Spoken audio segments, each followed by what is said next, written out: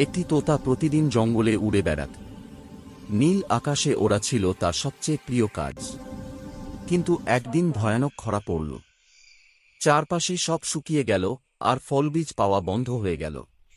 ক্ষুধায় কাতর তোতা গাছের ডালে বসে ভাবল, এখন আমি কি করব? তার চোখে জল চলে এলো। সে মনে মনে বলল, যদি খেতে হয় তবে কিছু না কিছু বিক্রি করতে হবে। তখন সে নিজের সুন্দর সবুজ পাখনাগুলোর মধ্যে থেকে একটি পাখনা ছিঁড়ে নিল এবং বাজারে গেল। সেখানে গিয়ে বলল, এই পাখনাটি কোনো রাজার কলম হতে পারে। মানুষেরা অবাক হয়ে সেই পাখনাটি কিনে নিল। তোতা সেই টাকায় দানা কিনে খেয়ে নিল। পরের দিন তোতা নিজের ডানা দেখে মন খারাপ করল। ভাবল, যদি আমি রোজ আমার পাখনা বিক্রি করি তবে একদিন উড়ব কিভাবে?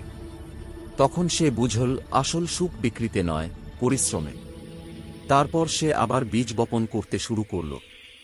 সূর্যের আলো হাসল আর ভাবল, এভাবেই আমি নিজে আর সবাইকে সুখ দিতে পারব। গল্পটি ভালো লাগলে লাইক, কমেন্ট আর সাবস্ক্রাইব করতে ভুলবেন না।